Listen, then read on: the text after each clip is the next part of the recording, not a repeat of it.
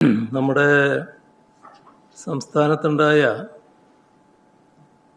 അതിരൂക്ഷമായ കാലവർഷക്കെടുതിയെക്കുറിച്ച് തന്നെയാണ്. മഴ ഇപ്പോൾ കുറഞ്ഞിട്ടുണ്ട്, പക്ഷേ കെടുതിക്ക് അറുതി വന്നിട്ടില്ല. എല്ലാവർക്കും അറിയാവുന്നതുപോലെ 33 പേരുടെ ജീവനാണ് നഷ്ടപ്പെട്ടത്. ദുരന്തത്തിന്റെ ഭാഗമായി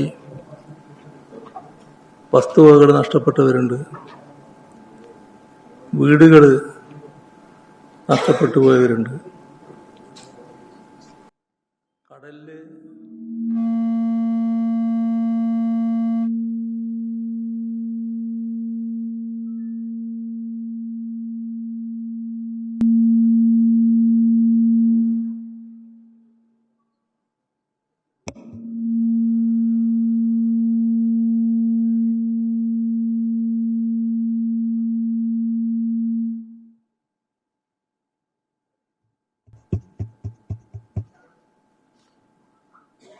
കടലില്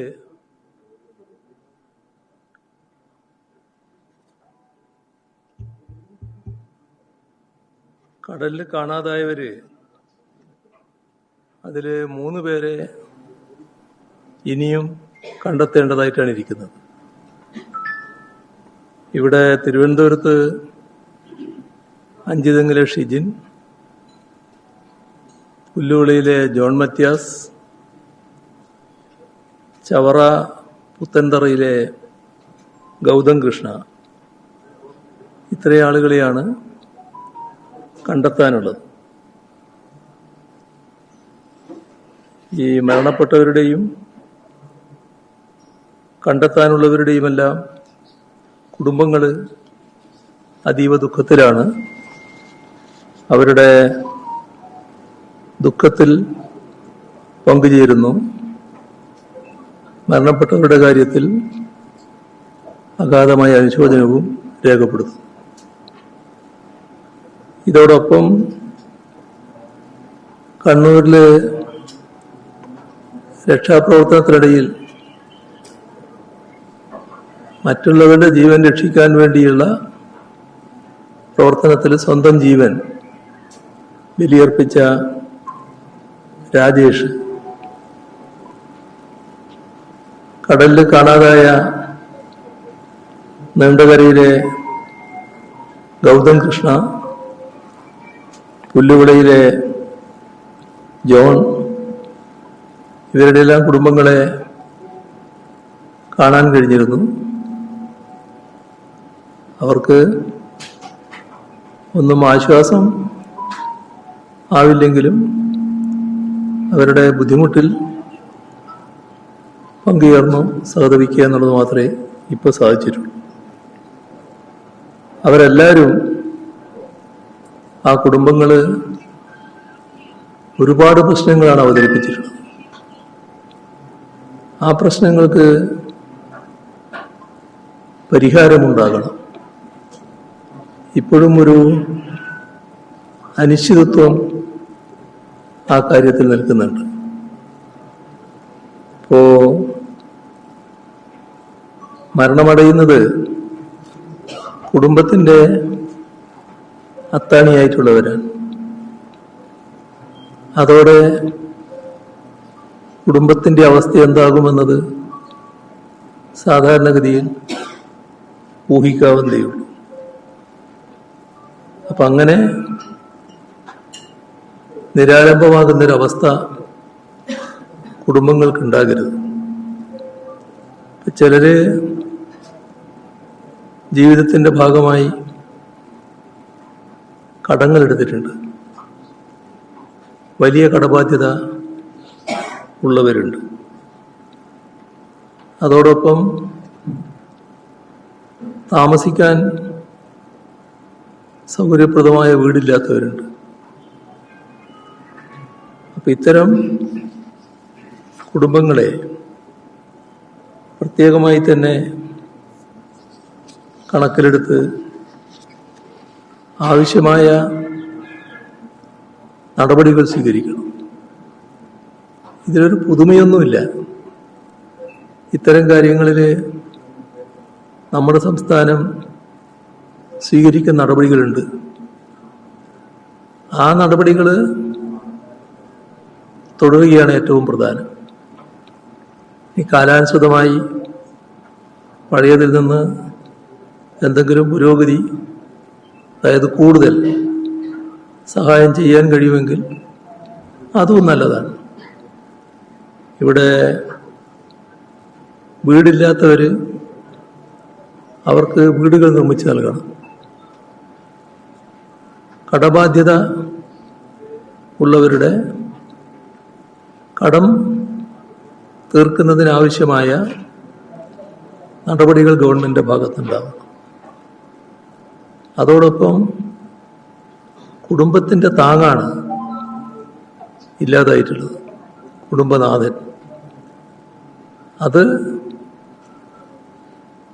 ഒന്നുകൊണ്ടും നികത്താനാവില്ലെങ്കിലും കുടുംബത്തിലുള്ള ഒരാൾക്ക് തൊഴിൽ കൊടുത്തുകൊണ്ട് അവരെ സഹായിക്കാൻ തയ്യാറാവണം. ഇതൊക്കെ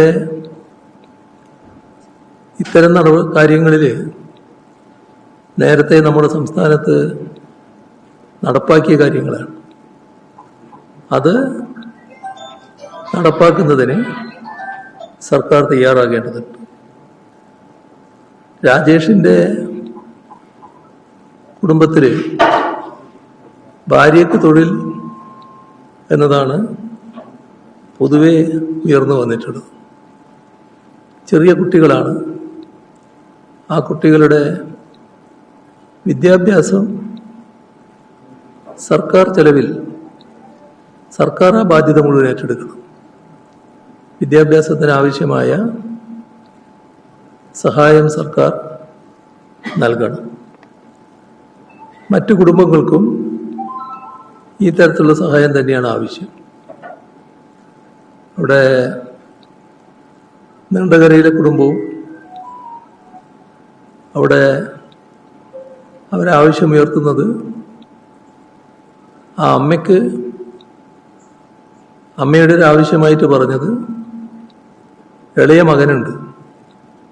ആ ഇളയ മകന് KMM-ൽ ജോലി കൊടുക്കണമെന്നുള്ളതാണ്. അപ്പോൾ സർക്കാർ ഇത്തരം കാര്യങ്ങളിൽ ഉണർന്ന് പ്രവർത്തിക്കുന്ന നിലയുണ്ടാവണം. ഒരു കാര്യം അർത്ഥശങ്കക്കിടയില്ലാതെ വ്യക്തമാക്കുകയാണ്. നേരത്തെ പറഞ്ഞിട്ടുള്ളതാണ്. ദുരിതാശ്വാസ പുനരധിവാസ പ്രവർത്തനങ്ങൾക്ക് പ്രതിപക്ഷത്തിൻ്റെ പൂർണ്ണമായ സഹകരണവും പിന്തുണയും ഉണ്ടാകും. ഇപ്പോൾ കാലവർഷക്കെടുതിയിൽ നമ്മുടെ സംസ്ഥാനത്തിന് 127 കോടിയിൽ പരം രൂപയുടെ കാർഷിക നഷ്ടം ഉണ്ടായി എന്നാണ് പ്രാഥമികമായി വന്നിട്ടുള്ള കണക്ക്. ഇത് വർദ്ധിക്കുകയും ചെയ്യും. ഇതിപ്പോഴുള്ള ആദ്യത്തെ ഒരു കണക്കാണ്. അതോടൊപ്പം തന്നെ 9332 ഹെക്ടർ സ്ഥലത്ത് കൃഷി നശിച്ചു എന്നാണ് റിപ്പോർട്ട്. 45,904 കൃഷിക്കാരെ ഇത് ബാധിച്ചിട്ടുണ്ട്. എല്ലാ ജില്ലകളിലും നാശനഷ്ടങ്ങൾ ഉണ്ടായിട്ടുണ്ട്. എന്നാൽ വലിയ തോതിൽ ബാധിച്ചത് ജൂലൈ 31 വെള്ളം കയറിയപ്പോൾ ആകെ മുങ്ങിപ്പോകുന്ന അവസ്ഥയാണ് റാന്നിയിലും ആറന്മുളയിലും മറ്റും ഉണ്ടായത്. പത്തനംതിട്ട ജില്ലയിൽ റാന്നിയിൽ 500-ലധികം വ്യാപാര സ്ഥാപനങ്ങളിൽ, വീടുകളിൽ വെള്ളം കയറി. കോട്ടയം ജില്ലയിലും ചിലയിടങ്ങളിൽ വ്യാപകമായ രീതിയിൽ വെള്ളം കയറിയുള്ള നാശനഷ്ടങ്ങളുണ്ട്. ഇപ്പോൾ കോടിക്കണക്കിന് രൂപയുടെ നഷ്ടം, പ്രത്യേകിച്ച് ഓണക്കാലായതുകൊണ്ട് ഓണത്തിന് വേണ്ടിയുള്ള സാധനങ്ങളൊക്കെ സംഭരിച്ചു വെച്ചതാണ്. അവിടെയാണ് ഒന്നും ചെയ്യാൻ പറ്റാതെ രാത്രി വെള്ളം കയറുന്ന അവസ്ഥയുണ്ടായത്. എല്ലാം നശിച്ചു പോകുന്ന നിലയാണ് വന്നിട്ടുള്ളത്. ഇപ്പോൾ പത്തനംതിട്ട, കോട്ടയം, ഇടുക്കി, ആലപ്പുഴ ഈ ജില്ലകളിലെ പ്രളയനില അതിരൂക്ഷമായിരുന്നു. കുട്ടനാട്ടിലും വലിയ നാശനഷ്ടങ്ങളാണ് വെള്ളക്കെട്ടുണ്ടാക്കിയത്.